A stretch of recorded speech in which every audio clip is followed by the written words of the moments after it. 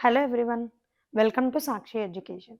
ఈరోజు మనం ఈ వీడియోలో రీసెంట్‌గా విడుదలైనటువంటి ఆర్ఆర్‌బీ ఎన్‌టీపీసీ ఎగ్జామ్‌కి సంబంధించి దానికి సిలబస్ ఎలా ఉంటుంది? ఎగ్జామ్ ప్యాటర్న్ ఏ విధంగా ఉంటుంది? ఎన్ని మార్క్స్ వస్తే జాబ్ వచ్చేందుకు అవకాశం ఉంటుంది? ఇలా అనేకమైనటువంటి విషయాల గురించి డిస్కస్ చేసుకుందాం. సో, ఈ ఆర్ఆర్‌బీ ఎన్‌టీపీసీ నోటిఫికేషన్‌లో కొన్ని రకాల పోస్టులను నోటిఫై చేశారు. గ్రాడ్యుయేట్ లెవెల్‌కి ఏ పోస్టులున్నాయి? అలాగే +2 కేటగిరీ కిందకి ఏ పోస్టులొస్తాయన్నది చూద్దాం. ముందుగా మనకి గ్రాడ్యుయేట్ లెవెల్ పోస్టులను గనుక చూసుకున్నట్లయితే chief commercial cum ticket supervisor, అలాగే senior clerk cum typist, junior account assistants and typist, అలాగే station master, goods train manager. వీటిలో ఎక్కువ శాతం పోస్టులు మనకి గూడ్స్ ట్రైన్ మేనేజర్‌కే ఉన్నాయి. ఓవరాల్‌గా ఈ గ్రాడ్యుయేట్ లెవెల్ ఎగ్జామ్‌కొచ్చేటువంటి పోస్టుల సంఖ్య చూసుకున్నట్లయితే 8113 పోస్టులున్నాయన్నమాట. అదే విధంగా +2 కేటగిరీ కిందకొచ్చేటువంటి పోస్టులేంటని చూసుకున్నట్లయితే junior clerk cum typist, accounts clerk cum typist, అలాగే ట్రైన్స్ క్లర్క్, దాంతో పాటు కమర్షియల్ అండ్ టికెట్ సూపర్వైజర్. ఇది జూనియర్ లెవెల్ అన్నమాట.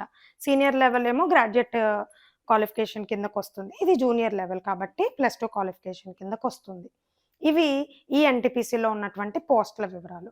మరి ఎగ్జామినేషన్ ప్యాటర్న్ విషయానికొస్తే కనుక ఎగ్జామ్ అనేది సాధారణంగా 3 ఫేజులుగా చెప్తారు. ఒకటి సీబీటీ 1, 2 సీబీటీ 2, మూడోది టైపింగ్ టెస్ట్ అంటాం. సీబీటీ 1కి, సీబీటీ 2కి సిలబస్ అనేది సేమ్ ఉంటది.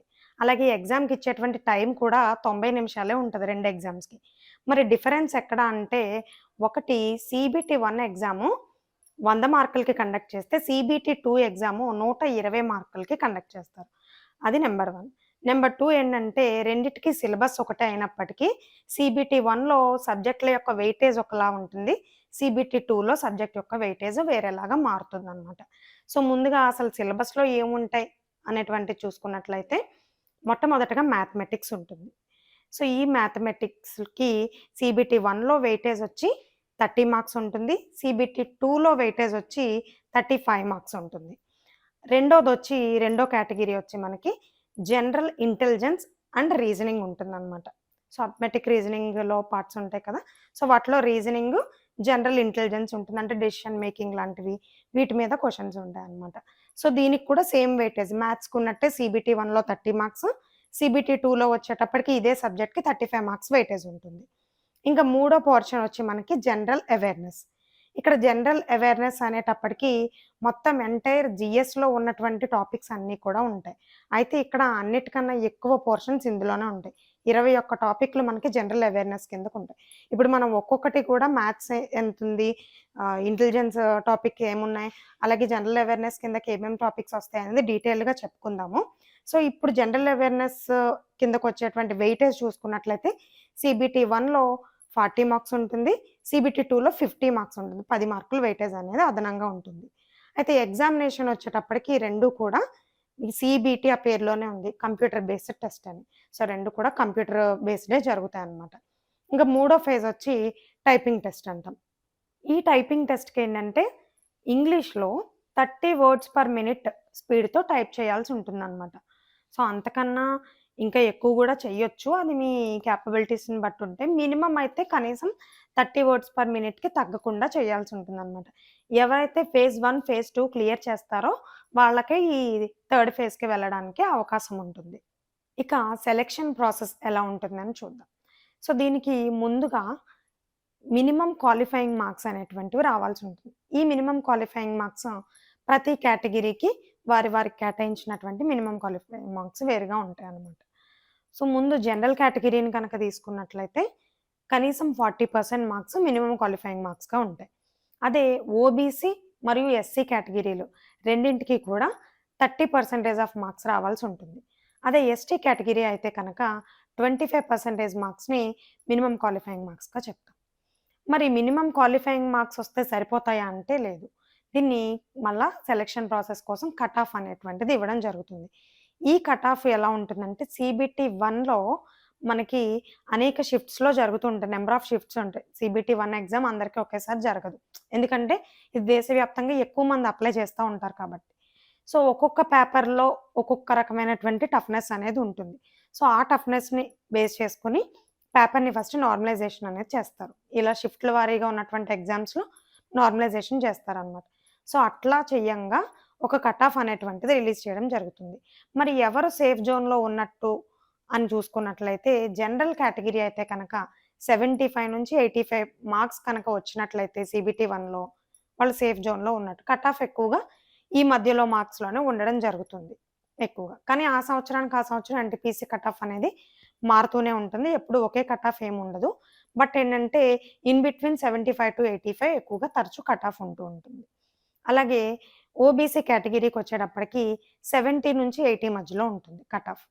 అలాగే ఎస్సీ, ఎస్టీ కేటగిరీస్ వచ్చేటప్పటికి 60-70 మధ్యలో ఉన్నట్లయితే కనుక సేఫ్ జోన్‌లో ఉన్నారు వీళ్ళు అని చెప్పొచ్చనమాట. ఇకపోతే సిలబస్‌లో అసలు ఏమేమి ఉంటాయి? మనం టాపిక్స్ ఏంటన్నది చెప్పుకున్నాం. కానీ ఆ టాపిక్స్‌లో ఒక్కొక్క దాంట్లో సబ్ టాపిక్స్ ఏముంటాయి? ఏమేం చాప్టర్స్ ఉంటాయి అనేటువంటిది డీటెయిల్డ్‌గా చూద్దాం. ముందుగా మ్యాథమెటిక్స్ సిలబస్‌ని తీసుకున్నట్లయితే number system, LCM and HCF, ratios, square roots, mensuration, trigonometry, అదే విధంగా profit and loss, time and distance, time and speed, time and work, simple interest and compound interest ఈ టాపిక్స్ అన్నీ కూడా ఉంటాయన్నమాట. అలాగే రీజనింగ్ సిలబస్‌కొచ్చేటప్పటికి దీంట్లో మనకి puzzles, syllogism, analogy, number series, sentence arrangement, odd one out, seating order, directions, దాంతో పాటు coding and decoding, blood relations, decision making ఇలాంటివన్నీ కూడా మనకి intelligence కిందకొస్తాయన్నమాట. General intelligence and logical reasoning కిందకొస్తాయి. ఇక జనరల్ అవేర్‌నెస్ ఇదే అన్నిటికన్నా కొంచెం వెయిటేజ్ ఎక్కువున్నటువంటి టాపిక్. అలాగే 21 టాపిక్స్ ఇందులో ఉంటాయన్నమాట. సో, దీంట్లో జనరల్‌గా మనం జనరల్ సైన్స్‌లో ఉండేటువంటి టాపిక్సే ఉంటాయనుకుంటాం. ఏది మనకి గ్రూప్స్‌కి గానీ, యూపీఎస్‌సికి గానీ ప్రిపేర్ అయ్యేటువంటి జనరల్ స్టడీస్. అయితే ఈ జనరల్ స్టడీస్‌తో పాటు ఎన్నో అదనపు టాపిక్స్ కూడా ఇందులో మెన్షన్ చేయడం జరిగింది. ముందుగా మెయిన్ సబ్జెక్ట్స్ చూసుకున్నట్లయితే ఇండియన్ ఎకానమీ ఉంటుందన్నమాట. అదే విధంగా ఇండియన్ హిస్టరీ ఉంటుంది. ఏన్షియన్, మెడివల్, మోడర్న్ హిస్టరీ వరకు, ఫ్రీడమ్ స్ట్రగుల్ వరకు కూడా ఉంటుంది. అలాగే వరల్డ్ జియోగ్రఫీ, ఇండియన్ జియోగ్రఫీ 2 ఉంటాయి. ఇక్కడ మీరు ఒకవేళ కనుక స్టేట్ ఎగ్జామ్స్‌కి ప్రిపేర్ అవుతున్న వాళ్ళైతే ఒకటి గుర్తుపెట్టుకోండి. స్టేట్స్‌కి సంబంధించినటువంటి సిలబస్ అనేది ఉండదు. అంటే లైక్ స్టేట్ ఎకానమీ గానీ, స్టేట్ జియోగ్రఫీ గానీ, స్టేట్ హిస్టరీస్ గానీ ఇలాంటివేవి కూడా ఉండవనమాట. అంతా కూడా ఇండియా పర్స్‌పెక్టివ్‌లో ఉంటుంది. ఇండియా దాంతో పాటు వరల్డ్ పర్స్‌పెక్టివ్‌లో కూడా ఉంటుంది. జియోగ్రఫీ అయితే వరల్డ్ జియోగ్రఫీ చదవాల్సుంటుంది. ఇండియన్ జియోగ్రఫీ కూడా చదవాల్సుంటుంది. ఫిజికల్ జియోగ్రఫీ, అలాగే హ్యూమన్ జియోగ్రఫీ అండ్ ఎకనామిక్ జియోగ్రఫీలు 3 కూడా చదవాల్సుంటుంది. అలాగే పాలిటీ, ఇండియన్ కాన్స్టిట్యూషను, గవర్నెన్స్ ఇది కూడా చదవాల్సుంటుంది. ఇక సైన్స్ విషయానికొస్తే general science CBSE up to 10థ్ క్లాస్ వరకు జనరల్ సైన్స్ చదవాలి. దాంతో పాటు స్పేస్ టెక్నాలజీ అండ్ న్యూక్లియర్ టెక్నాలజీస్‌కి సంబంధించి ఇండియా మీద ఫోకస్ చేస్తూ ఇండియన్ సైన్స్ అండ్ టెక్నాలజీ అలాగే వరల్డ్‌లో వస్తున్నటువంటి emerging science and technology related topics అన్నీ కూడా చదవాల్సుంటుంది. వీటికి అదనంగా art and culture, current affairs and international relations, art and culture of India, అలాగే హిస్టారికల్ మాన్యుమెంట్స్, హిస్టారికల్ ఈవెంట్స్ ఇవన్నీ కూడా హెరిటేజ్ సైట్స్ ఇవన్నీ ఉంటాయి. అలాగే famous personalities of world and India. ఇప్పుడు కరెంట్ అఫైర్స్‌లో ఉన్నటువంటి పర్సనాలిటీస్ కావచ్చు, జీకేలో ఉన్నటువంటి హిస్టారికల్ పర్సన్స్ ఎవరైతే ఉన్నారో ఫేమస్ పర్సన్స్ వాళ్ళ గురించి కూడా చదవాల్సుంటుంది. దీంతో పాటు అబ్రివేషన్స్ ఉంటాయి. ఫర్ ఎగ్జాంపుల్ డబ్ల్యూహెచ్ఓ దీన్ని ఫుల్ ఫార్మ్ ఏంటి అని అడుగుతారు. యూనిసెఫ్ ఫుల్ ఫార్మ్ ఏంటని అడుగుతారు. ఇట్లాంటి అబ్రివేషన్స్ కామన్ అబ్రివేషన్స్ అన్నమాట. అలాగే యూఎన్ యునైటెడ్ నేషన్స్ ఆర్గనైజేషన్ ఉంది కదా! యూఎన్ఓ దానిలాంటి మరిన్ని ఇంటర్నేషనల్ ఆర్గనైజేషన్స్ ఏమున్నాయి ఫేమస్ ఆర్గనైజేషన్స్. వీటన్నిటి గురించి తెలుసుకోవాల్సి ఉంటుంది. అలాగే వాటి యొక్క సమ్మిట్స్, మీటింగ్స్ జరిగితే వాటికి సంబంధించి కరెంట్ అఫైర్స్‌లో ఏమున్నాయో అవి కూడా ఇవ్వడం జరిగింది. అలాగే జనరల్ నాలెడ్జ్ జనరల్‌గా జీకేకి సంబంధించినటువంటి అంశాలన్నీ కూడా చదవాల్సి ఉంటుంది. దీంతో పాటుగా మనకి స్పోర్ట్స్ యొక్క ఇంపార్టెంట్ ఫిగర్స్ ఎవరైతే ఉన్నారో వాళ్ళు రీసెంట్‌గా జరిగినటువంటి టోర్నమెంట్స్ ఆహ్, ఒలింపిక్స్ లాంటివి ఇలాంటివన్నమాట. ఇలాంటివుంటాయి. టైటిల్స్ ఏవైతే ఉన్నాయో వింబుల్డన్ టైటిల్, ఫ్రెంచ్ ఓపెన్ ఇలాంటివుంటాయి కదా! ఇవన్నీ కూడా న్యూస్‌లో ఉన్నవి. లాస్ట్ 1 ఇయర్ కరెంట్ అఫైర్స్‌ని ఖచ్చితంగా ఈ అంశాల మీద ఫోకస్ చేస్తూ చదవాల్సుంటుంది. అలాగే environmental issues, world environmental issues ఏమున్నాయి? స్పెసిఫిక్‌గా ఇండియా రిలేటెడ్ ఎన్విరాన్మెంటల్ ఇష్యూస్ ఏమున్నాయి? డిజాస్టర్ మేనేజ్మెంట్ రిలేటెడ్ ఇష్యూస్ ఏమున్నాయి? దాన్ని ఎదుర్కొనేందుకు ఎటువంటి మెకానిజం పనిచేస్తుంది ఇండియాలో? ఇవన్నీ కూడా టాపిక్స్ అన్నీ కూడా మనకి 21 టాపిక్స్ జనరల్ అవేర్‌నెస్ కిందకొస్తాయన్నమాట. సో, ఇటువంటి టాపిక్స్‌కి సంబంధించి జనరల్ అవేర్‌నెస్‌కి సంబంధించి, అలాగే టెస్ట్‌లకి సంబంధించి ఆర్ఆర్‌బీ టెస్ట్‌లకి సంబంధించి మన మిషన్ పాసిబుల్ ఐఏఎస్ అకాడమీ ద్వారా మీకు ప్రత్యేకమైనటువంటి కోర్సులను కూడా అందించడం జరుగుతుంది. ఫస్ట్ కామెంట్‌లో దాన్ని పిన్ చేసి కూడా పెడతాము. చూడండి ఒకసారి. అండ్ ఇది సిలబస్సు, ఎగ్జామ్ ప్యాటర్ను, ఆర్ఆర్‌బీ, ఎన్‌టీపీసీకి సంబంధించినటువంటి ఎంటైర్ ఇన్ఫర్మేషన్. మరి దీనికి సంబంధించినటువంటి టిప్స్, అలాగే ట్రిక్స్ ఏవైతే ఉన్నాయో ఇవన్నీ మరిన్ని ఇతర వీడియోస్‌లో మనం డిస్కస్ చేసుకుందాం. Thanks for watching.